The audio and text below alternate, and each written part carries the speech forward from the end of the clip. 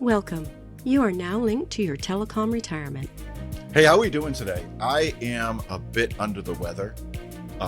It's a Friday. I almost always record on Fridays, which is probably a bad idea. All I'm doing all week is talking with people and my voice goes. But I've had this cold thing going on. I thought for sure this morning when I got up it was going to be a problem, but not. I kind of sound like if you listen to later night radio in the 90s, there was this guy, David Allen Boucher. It's David Allen Boucher with easy listening. That's what I feel like today. Maybe I can get a giant radio contract like he did back in the 90s. But I want to talk today about specialization, because I think it's so important. I keep bumping into this with clients, especially with new clients, that we're not focused as much on specialization. And what's interesting is certain part of our lives, we definitely are hyper focused into it. So medicine, our healthcare, 40 years ago, 50 years ago, not so much in terms of what we had for specialists. We would just go to the family doctor, Marcus Welby, MD. That's where we went. And today, when you change health plans, they want your GP. I remember the first time I saw it, I'm like, GP? What's a GP? GP, general practitioner. Oh, you've got a guy or a gal who's kind of like a quarterback or a coach, that their job, or a concierge, that's probably the best way to describe it. They're a concierge. They can help with a lot of little things. You know, if you have some sort of minor growth on your hand or something, they can take care of that.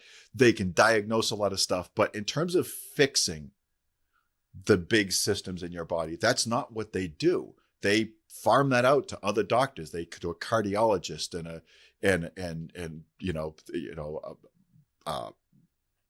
hip doctor for hip replacements and things like that.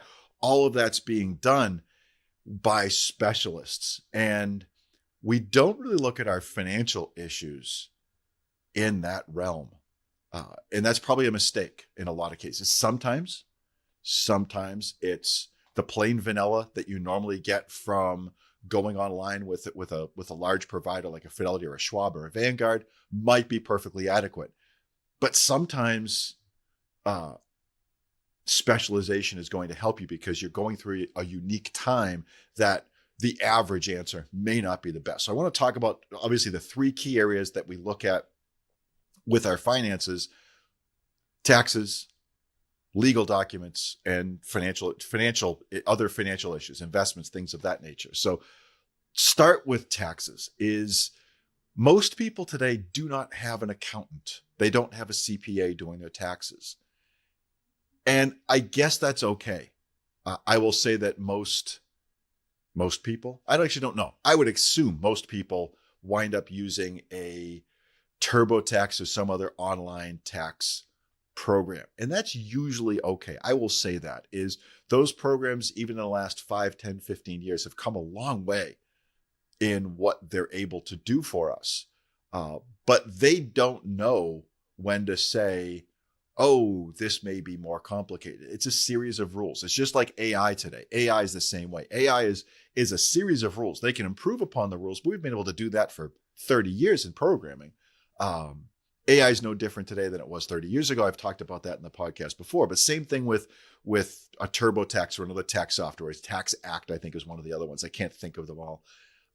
But they're designed to, if we see this, then this. If this, then this. If this, then this. And it's just a large array of if, then, if this, then that. And if you have a complex situation, it may not be the best for you. So you're buying and selling property.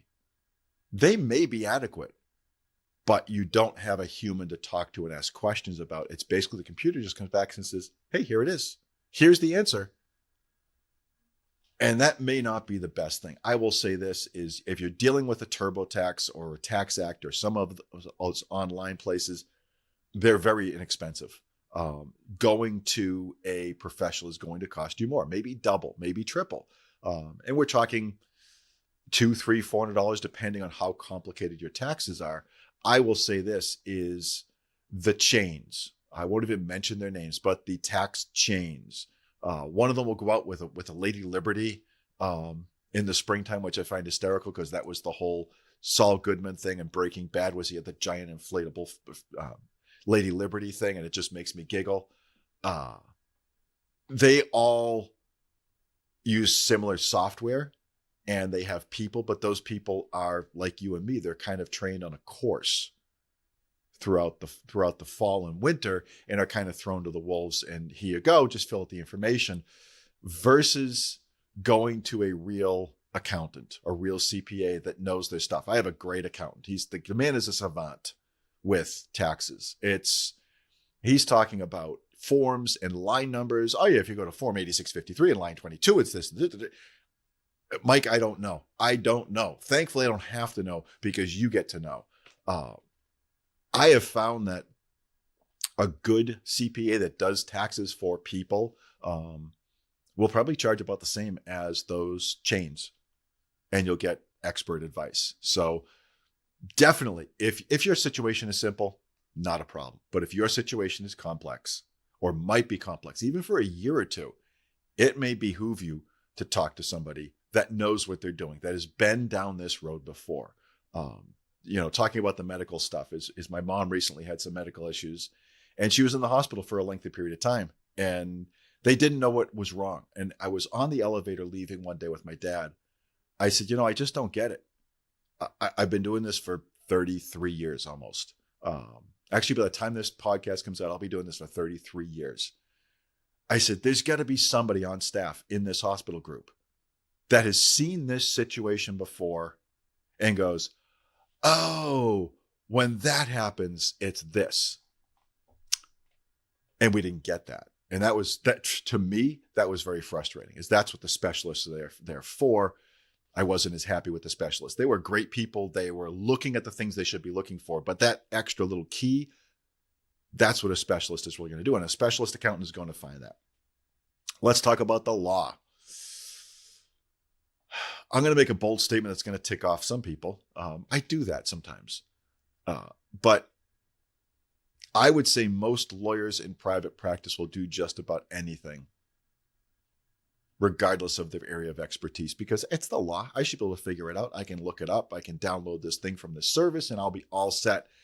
I cannot tell you how many times in 33 years I have seen awful 2 or 3 page wills. Now, I'm not a lawyer. I am not a lawyer, but I have a good idea of what a good estate planning document is versus a bad estate planning document. I've seen a lot of bad ones, drawn up by attorneys that you go look at their website, if they even have a website, and it's, Fred Jones, general practitioner. That's great if you're doing a real estate closing, a simple real estate closing, or bill of sale or something like that, or some, you just send a letter to a vendor because they're not doing something right, and you want kind of a legal shove. That's what you want a general practitioner for. But something as important as making sure all of your stuff gets to the people that you want it to get to when you pass away, that's a level above. And I will also state that I don't think most private practice attorneys make a lot of money, which is sad. I guess it's true of most small business owners, regardless of profession, but it's not. It seems like there's a bright spotlight on attorneys. We see the ones on TV, the ones with the celebrity endorsement, and you get, if you're injured, talk to this guy, and those guys make a decent amount of money because of the commercials. It's a marketing issue. Most attorneys, I think, get into law and they think, I am going to go to law school and be extra smart, and business is just going to walk through my door. And it just doesn't. And the business that does walk through the door, even if you're a busy attorney, is often, it's not very high paying. I have a gentleman I was talking to a couple of months ago. He's a criminal defense attorney. And all I can think of was the practice, the other one, Ally McBeal. There was the other one, Boston Legal, with William Shatner. He was hysterical on that. That was the most William Shatner role William Shatner has ever done. You think of those in these high-rise buildings and these big... No. This guy works his tail off. Now, he has a passion for it, and God bless him for doing so. He has a passion. He makes net less than $50,000 a year, and he works ridiculous hours. He fights so hard, but there's just not a lot there. And that's what you're dealing with. But his specialty is criminal law. And if you need somebody, let me know. I can kind of forward you to him. But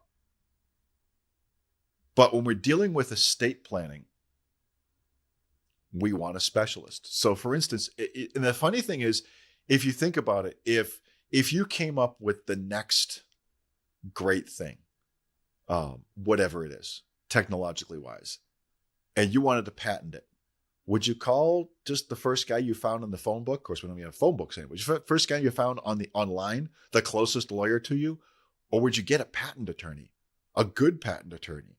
You know, if you had two businesses you were trying to merge, would you just go to anybody or get somebody that's really good at that? The same thing with estate planning. You want somebody, estate planning is such a specialized area. You want to make sure that you're dealing with somebody who's really good at that. And it's like dealing with the stuff with my mom is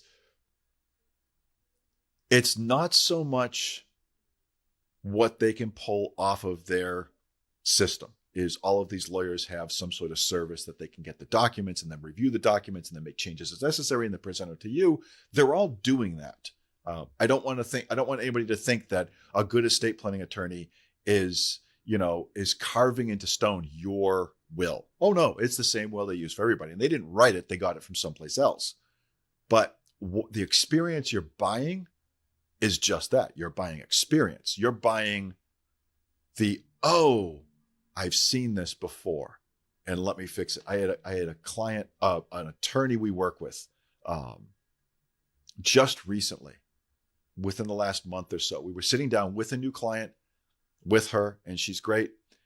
And she said something that I had never thought of before. And I've been doing this for 33 years. And I'm like, oh, that's a better way of doing that. Okay. It was her experience that even taught me something. I've been doing this for so long, and not one other attorney ever had said that. They said something exactly the opposite. It wasn't that they were wrong. It was just they were coming at the problem from a very out of the way direction, and she was dealing with it head on by changing just one small thing. That's the expertise you're paying for.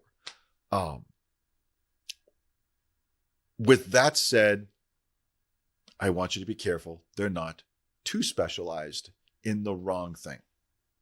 So if you go to, is a good estate planning attorney probably will have a website, and you can go on it and see what they really specialize in. What's their passion? They're going to tell you what their passion is, if you go to my website, you're going to see what my passion is. You're going to see what we do. That's my passion. You wouldn't call me and say, hey, can you set up, a savings plan for my 8-year-old? That's not on there. Can I do it? Yes. Can I do a great job? Yes. Is it what I really do all the time? No. If you're looking for that, you obviously wouldn't do that for an 8-year-old. There's not a lot of money in that, so there's not a lot of people doing it. But if you look at an estate planner's website or estate planning attorney's website, they're going to tell you, if you're in your late 50s, early 60s, and they're talking about elder care and Medicaid and all of these things over and over and over again, and we do estate planning, they're probably very qualified at the estate planning, but their specialization is deeper than what you need. It's further along down the line than you need. And I had a situation just recently with this a couple months ago. I had a client that emailed me. She said, look, I've got this Zoom meeting with our estate planning attorney that we found, and this estate planning attorney was great. She's actually really great. And I was hoping you can make the meeting. So I have no documents. I have no idea what I'm doing in terms of what they had discussed already. I get the documents a couple minutes before the meeting, and then we have this Zoom meeting, and here I am, I'm on. And we go through the meeting, and the lawyer's biggest concern was this client has a sizable estate, was estate taxes. It's a valid point. And if they don't do things correctly, it was going to cost them hundreds of thousands of dollars in estate taxes. I forget the exact amount. It was a good chunk of change. And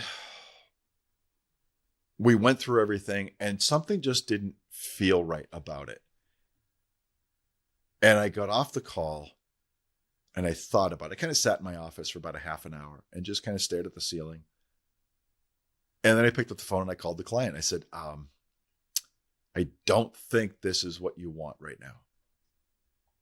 And they said, why? I said, well, in order to take care of this, is in order to avoid this estate tax. So it's a valid question. Now, it's a married couple. They have no children. So it's going to nieces and nephews. I would rather the nieces and nephews get the money versus the tax man. And this is what I told him. I said, I prefer your nieces and nephews to get this money versus Uncle Sam or the state of Massachusetts or whatever.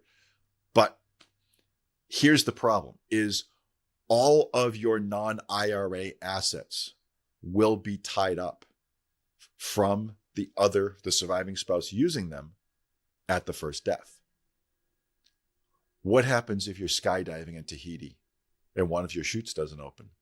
The other one is fairly young and has no access to any of the capital anymore. All of it's locked up in that trust. Every last nickel of it. And the property is all you have access to is the retirement accounts, which you may or may not want to use, especially if you're still working, is they're fairly young. They're in their early 50s. It was a valid strategy, but not a valid strategy for them. We talked about it. And then a couple weeks later, I talked to the attorney and explained, I said, look, this is 100% true. Everything you're telling them is 100% true and absolutely necessary. But their bigger concern right now is something happens to one of them in the next 5 to 10 years. The survivor is going to be locked out of all of that money. And that's a big deal for both of them. So doing it and risking estate taxes for the next 10 years or so is worth it to them. And then in 10 years, if everything's fine, we'll look at the other plan. But this makes sense for now. And you want to be aware of that because the client was unaware. The client didn't think about it. And this estate planning attorney normally worked with older people, over 60, over 65. And these people are in the early 50s. They've been very fortunate of saving a lot of money, of making good investments, not having children. If you're young and you want the number one way to retire early, don't have children. They're very expensive. They're great. I love it. I would not trade them for the world, but they're expensive. So you need to make sure that even within the specialty of estate planning, that you're dealing with somebody that understands your situation. So let's talk about the third area, financial advisors. This one obviously I bump into more often than everything. I had a situation just recently. This new client of mine is trying to retire. She's a referral client. She's a friend of another client, and she came in, and the gentleman that she's working with purported to be a financial advisor. He's an insurance salesman, so it's doubly worse for her. And had no regard to what plan she was trying to do. It was, let's put you into these investments and insurance policies and annuities, which were wrong for her in the first place, but let's put you in them based on what my home office is telling me or somebody else is telling me is a good idea for you. He's not a specialist in getting her to retirement, which is where she is in her life. She's in a place where she's getting ready for retirement. And this gentleman would be great for a 35-year-old couple with 2 kids. He'd be spectacular for them. May not be the best solutions, but in order for a 35-year-old with not a lot of money to hire somebody, it's unaffordable to hire somebody like me at that point. So having somebody like him that can do about 80% of it, get you about 80% of the way there, is a whole lot better than not having anything at all. He would be great for that. He was not right for her. And we're in the midst of kind of unraveling some of that and kind of reversing things because it's very difficult and getting her to a place where she's lined up to retire successfully. And a lot of it relates around it's the wrong type of investments for her and things of that nature. Very high risk, but very low return. It was very strange how everything was set up. But what you're looking for, like I may have said earlier, is Not so much somebody with specialized training. That's important. But you want somebody with experience in what you're experiencing. If that makes sense, is you want somebody who's gone through this before. You don't want this to be a surprise. There may be a little surprise, but it's it's not the book of Ecclesiastes. Maybe it is the book of Ecclesiastes. It's been a long time. There's nothing new under the sun. There's nothing new. Is Solomon says, there's nothing. I've seen everything. Everything is a subset of other things, and he's 100% right. There's nothing really new, but there's always those little, oh, it was this way versus that way a little bit. But the big issues, after a period of time, your experience shows you, okay, this is the directions we should be going in. You have instincts about that because of what's going on. So for instance, our expertise here at Successful Money Strategies, we do retirement. That's what we do. That's like bread and butter of what we've doing. We've been doing it for 33 years. Or I've been doing it for 33 years. This company is 29 years old. We've been doing this for 33 years, and I've helped thousands of people along the way with that through direct contact, just meetings and sending them off, actual clients, seminars. My gosh, we used to do back in the day. So back 30 years ago, 25 years ago, I would do a half dozen to a dozen seminars in, at the time, 9X installations. One of the weirdest ones is it's sometime in the late 90s, 96, 97. I forget the exact year. And there was a gigantic management offer.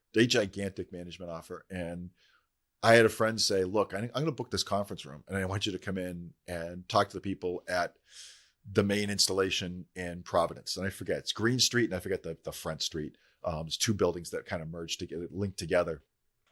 And I walk in, and it's not a conference room. It's one of those auditoriums, and it's full of people because everybody's like, holy cow, is this the time to get out? That's the type of stuff we used to do and help people out. And so I've seen this thousands of times, whether it's hand holding or just kind of talking to somebody after a seminar or just kind of explaining, these are the issues you should be worried about. I may not have seen all of it, but gosh, I've seen a ton of it. And again, going back to my mom is she had these levels that weren't leveling out, these blood levels that weren't leveling out, and they just kept up and down and up and down. And I just kept wondering, isn't there somebody in this hospital group? Isn't there one person? And it's a large hospital group in the Boston area. And it's a very good hospital group. I'm not saying they're terrible people. They're not. Isn't there one guy, one gal that has seen this before? Because I can't tell you how many times with retirement, somebody comes in with what they think is a very unique situation. We've been down this road. We have been down that road, and we can walk with you. Because I will tell you, in terms of retirement, it is the hardest thing you will ever do in your life. You don't think so. It's like, come on, it's just retirement. If you haven't been retired, it's all my retirees out there, you're nodding. You're maybe driving in your car, you're sitting in your living room, you may be watching this on YouTube, and you're nodding right now. And the active workers, the active employees don't know. And here's the reason is you get married. Especially in 2024, if it doesn't work out, we move on. It might cost me a little bit financially, but I can get out. You buy a house, not the right house, you don't like it, or the market turns against you. Even if the market turns against you, just wait a period of time, you can get rid of it. Kids, can't get rid of kids, but eventually they leave. Eventually they turn 18 and leave, or turn 22 or whatever it is. Just remember, you're not raising children, you're raising future adults.